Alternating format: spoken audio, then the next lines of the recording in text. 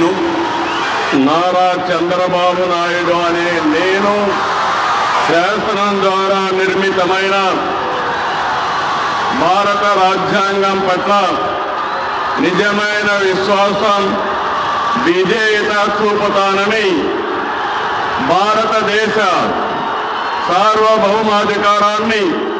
సమగ్రతను కాపాడుతానని, ఆంధ్రప్రదేశ్ రాష్ట్ర ముఖ్యమంత్రిగా నా కర్తవ్యాలను శ్రద్ధతో అంతఃకరణ శుద్ధితో నిర్వహిస్తానని, భయం గాని పక్షపాతం గాని రాగద్వేషాలు గాని లేకుండా రాజ్యాంగాన్ని ప్రజలందరికీ న్యాయం చేకూరుస్తానని దైవ సాక్షిగా ప్రమాణం చేస్తున్నాను. నేను